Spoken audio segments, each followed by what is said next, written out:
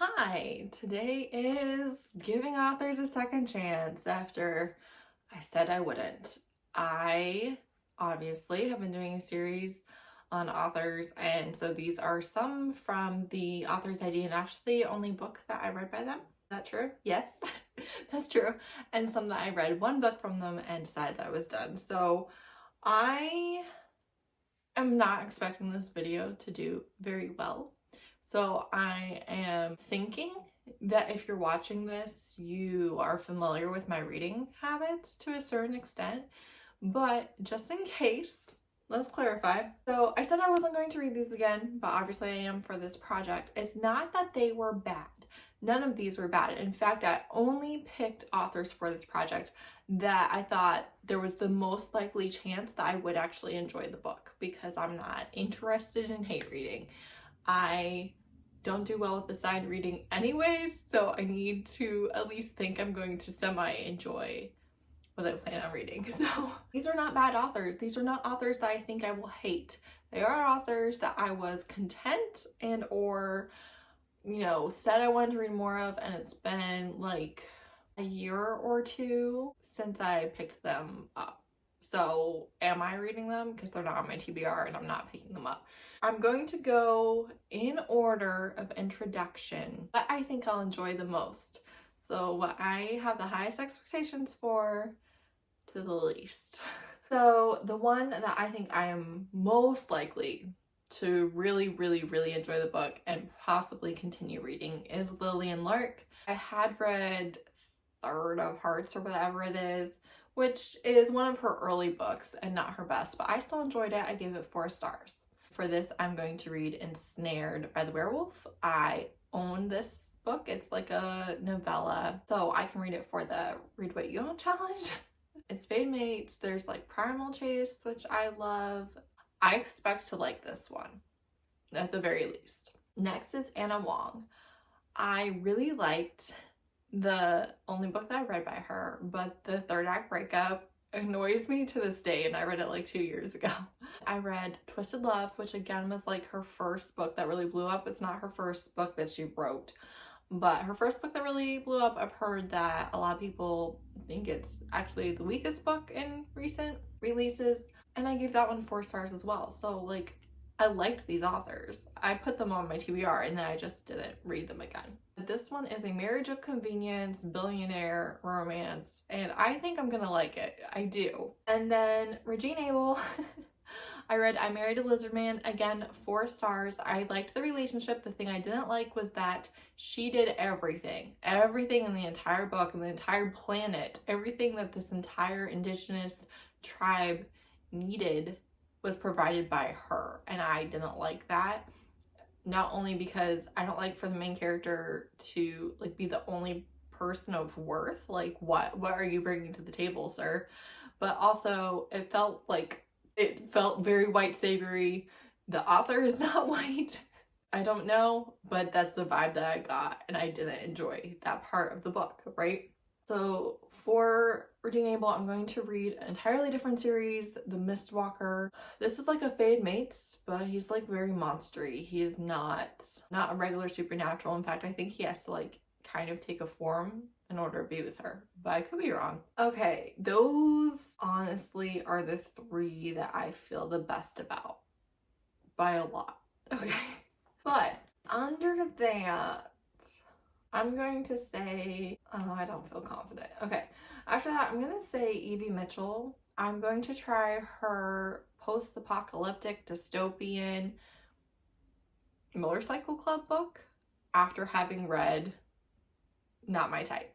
I did not enjoy the humor or the steam in this book, and I hated the third act breakup.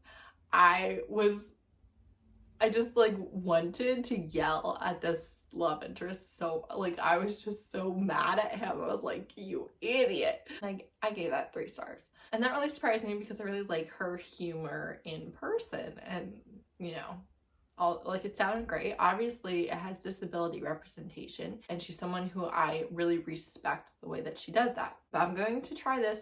This has a pretty strong disclaimer though, that I would have to buy the book. So I'm reading the sample. It used to be on Kindle Unlimited and it's not anymore, and my library doesn't have it. So I'm reading the sample, and it's gonna have to really, really be my thing for me to buy the book. Then under that, I'm gonna say Adriana Herrera. So I DNF'd American Dreamer because the Karen situation was like stressing me out. I was like, I'm not having fun. Obviously it's supposed to stress you out, but I was still not enjoying picking up the book and being so annoyed by what was happening in the book, right? So I'm going to read Caribbean, Heiress, and Paris. I've heard nothing but good things. It's a historical. I think it will be fun. Then under that, I'm going to say Chloe Liese. I DNF'd the first book in the Bergman Brothers series because it was very clear there was going to be a long goodbye and death of someone with cancer, a parent with cancer, and I just didn't want to read it. I was already so sad. And we weren't even close to the like emotional part, so I was like, I don't think I can do this. So I DNF'd that, but I am going to pick up the next book in the series, and this one is maybe hockey, and I know we have a main character with arthritis. I want to say that's this book. I'm not even sure if I'm talking about the right one. Like, I know which one I'm thinking, but I'm not 100% sure that that is the next one that I got. I'm gonna try that. And then we have Rebekah Weatherspoon. I was not going to put her in this, but on the One and Done authors, she was the one that was commented overwhelmingly in the comments. And I was like, I said I was gonna ask you guys, so maybe I should listen when you have a very clear pick. So I read and enjoyed, I think I gave 4 stars maybe to Haven. Is the first in her like BDSM suspense series. I was going to pick up Wraith, but my library didn't have it in the right format for my Kindle. So then I just went with a couple more that I was like, okay, well, I could probably like these too. And Xeni is the one that was available. So I read Xeni. This is a contemporary marriage of convenience to get an inheritance. And then lastly, I have Julia Wilde. So her name is Julia Cross. I don't know what my problem is, but I literally always think of her as Julia Wilde. And then I say like Wolf Gone Wild. I'm like, that's so weird that her name and the title are the same. It's not true. Her name is Juliet Cross. And I don't know why, but it is just well and truly a substitution that my brain does every single time. I DNF'd, what is that, Wolf Gone Wild, and I hated the werewolf voice, the humor. It was so annoying. I was like, this is not for me. So I'm going to pick up this fire one. I think it has like demons and stuff because I own it. Again, so I own this one on ebook, so I'm gonna try it, but I don't think I'm gonna. So that's it. That's the ranking of my expectations, and I'm going to do a spinner wheel to decide what order I actually read them in, because I don't want to go like worst to best or best to worst. I want randomized, so spinner wheel it is. We're going to try a chapter. Have I said that? We're going to try a chapter of each of these books. Okay, good. All right, first one that we got was Adriana Herrera, A Caribbean Heiress in Paris, and I read the prologue of this. I think that it is pretty obvious what the setup is going to be for the romance, but we have our main character, her parents have passed away, and her father never changed the specifics of her trust. So set up when she was 16, underage, all of that. Now she is 28 and her inheritance still falls under this trustee, but he actually passed away, so it passed to his oldest son. we know where this is going, right? But she also has like a 10-year-old sister, and so the two of them and two of her friends who went to finishing school in Switzerland, I think, with her, they're all traveling to Paris, and they're all Latina. And she has a rum company, and so she has to try and get her inheritance from the trust. She's trying to get new opportunities for the business, and she's trying to take care of her little sister. And the trustee of the trust is a Scotsman like her father was. So not great, not like immediately yes, not bad at all. So middle of the pile probably. Okay, next up was Regine Abel. So I read the first chapter of The Mistwalker. There's the Mist. She has a younger sister that's 22. She's 28. It's actually quite similar with that. They're orphans. That family dynamic as the last one. But her sister doesn't lock the window. The Mist gets in. The Mistwalker touches her. She's infected. And then she locks her sister in the panic room, and then she has an erotic dream where he's like, you know, we'll be together soon, forever, my Jade, you don't have to be scared, all the things. Also, middle of the road, I don't know how I feel. It's fine. It's fine. Another day, another chapter. So, next one is Huang, and I'm reading, or trying, King of Wrath, an arranged marriage romance. And this is chapter 1. Is she's a socialite, but she's also a luxury event planner. She's working at an event. He shows up, makes a buzz, and then her father calls her and says that she needs to come to their house Friday night. They have news, and whatever the news is, it won't be good because it never is. So it's fine again. Not as taken with it as I thought I might be, but that's fine.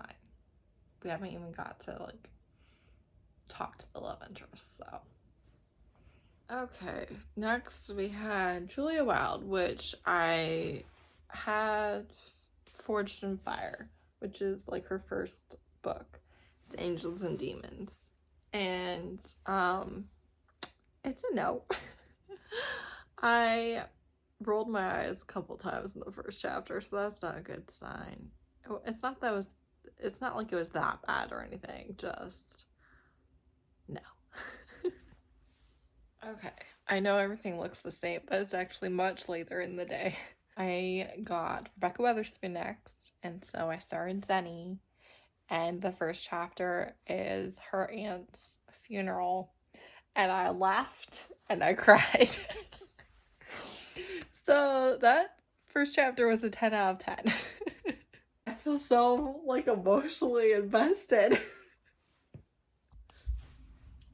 Okay, so we moved on to Chloe Liese. I read the first chapter of Always Only You, which is the hockey player one where she is like the social media manager or something. She's something for the team. I literally just read it and couldn't tell you what it was.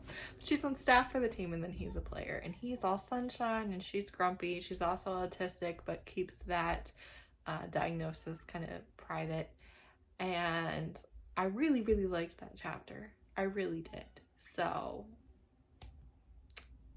that was good. Only 2 left, I think. Okay, I read the prologue for Runner by Evie Mitchell, post-apocalyptic motorcycle club romance. I read the prologue. It's all this group of women at university after the end of the world, and everything was fine until last night, until the purge, and then that's where the prologue ends. It was totally fine. Again, my biggest hang up with this one is that I'd have to buy the book, so probably not. All right, and finally we are at Lillian Lark with Ensnared by the Werewolf, and this I know like the premise for the lake monster one and stuff like that, so like I know what it's talking about because many of my friends have read and loved all of her books. This is the date that was supposed to show up for him and did not. Instead, she's actually like made into this werewolf and stuff. So her first chapter is that night, and then the second chapter is a month ago. So it's almost like a second chance, and we have like, you know, timeline stuff happening. But first chapter was good. I like the writing. I think that I will probably read it. So I am going to think about all the things that I've read and come back to you with a ranking. Hello, it is yet another day and another update. So this is the roundup of all of my thoughts. So let's do a refresher of what my expectations were. So I thought I would enjoy Lillian Lark the most. I gave her previous book 4 stars. All of my friends that have similar reading tastes to me read and love her. I've been the most interested in her releases. I've put her on my TBR several times and just never picked her up, right? Next was Huang. Again, 4 stars. I really liked the book and only disliked really the 3rd act breakup. And again, my friends love her. I consistently hear good things. I also consistently hear, yes, that breakup was super annoying, but the other books are better. Then I had Regine Abel, again, 4 stars for her previous book. Again, my friends love multiple of her series, so I figured that I might like it. Then Evie Mitchell, I gave this one 3 stars, and again, friends love her books. I really like her in person. I was hoping that a different subgenre might work better for me. However, the big issue being I would have to buy the book. Then Adriana Herrera, I DNF'd to the book that I had picked up by her previously and was hoping that with a different trope situation I might enjoy it more. Then Liese, again DNF'd because of specific content and kind of a slow start to the book, more so than the writing style or the characters or anything like that. So hoping to skip the parts that I wanted to miss in the first book and enjoy the series from here on out. Then Rebekah Weatherspoon, gave that book 4 stars. Romantic suspense. Has been a couple years and I've never really come close to picking up any of her other books, but follow her everywhere on social media. Really like her as a person. Only on this list because you all voted for her. And then lastly, Juliette Cross, who I apparently call Julia Wild every time, but her name is Juliette Cross, and I DNF'd the book that I had by her, and I only had her on this list because I already owned a book that I bought for 99 cents a couple years ago. So let's see how those expectations matched up with my final ranking. In first place, we have Rebekah Weatherspoon. I laughed and cried in the first chapter, which features her aunt's funeral, and obviously you're getting set up for the will and her needing to be married in order to get her an inheritance. Also, her love interest was at the funeral. It talked a lot about how her aunt did not let a lot of people in, and so the people that she wanted to be there really mattered to her. And so clearly this was a person that her aunt already loved and wanted Xeni to love as well. That got me. Next is Liese with Always Only You. I really enjoyed this chapter. I really liked our main character. I really liked our love interest. She's very prickly and grumpy, and it even talks about how it's not that she's really all that grumpy, but she refuses to be treated how she has been treated in the past, and if she can use grumpiness as a armor to prevent that, then that's the price that she's willing to pay, because she's never doing that again. Loved it. I have Adriana Herrera. We are just in the prologue on the ship to Paris, and I think that having a romance with a man who is similar to her father, has control over her trust, I think that could be very, very interesting setup. Then Huang. First chapter didn't really do much for me, but it also didn't change my current expectation that I want to read the book. Lillian Lark, same thing. I I still want to read the book because I already wanted to read the book, but that first chapter didn't really sway me one way or the other. And we have Evie Mitchell with Runner. Again, I'd have to buy the book. I am not intrigued enough to do that, at least not currently. Regine Abel was not the biggest fan of this chapter. It was okay. There's nothing wrong with it. I could easily see myself DNFing this book if I continued or if I had picked it up for any other reason. And lastly, Juliette Cross. I did not enjoy this chapter and will not be continuing. So the only one that I ranked correctly based on my expectations and the final ranking was Juliette Cross. I thought she would be the bottom, and she is. So, as it stands right now, I am planning on continuing Xeni by Rebekah Weatherspoon, Always Only You by Chloe Liese, Caribbean Heiress in Paris by Adriana Herrera, King of Wrath by Huang, and Ensnared by the Werewolf by Lillian Lark. Whether or not I complete these, whether or not I read them in March or DNF them, you'll just have to find out in the natural order of my wrap-ups and the DNF wrap-up and all the things. But those are the ones that I am currently thinking that I will continue, not necessarily that being my next 5 reads, but planning to continue and see where they take me. So, oh my word. This video was so much work. I should never have let you all talk me into try a chapter, although I do think that it provided the best results, truthfully. I think that was better than just doing a spinner wheel. This was so much work, and I do not feel like the payoff is going to have been worth it. For me personally, view-wise, entertainment factor-wise, I feel like it's pretty mid. But nonetheless, I've been literally kicking around this idea for years, so I'm happy to have finally executed it. I can stop kicking around this idea. So that's it. Let me know if you're surprised by any of the results, or you know, if you kind of figured where we were going with this, and if you've read and loved any of these specifically, or read and not loved any of these specifically. Let me know either way. Thanks so much for watching. Bye.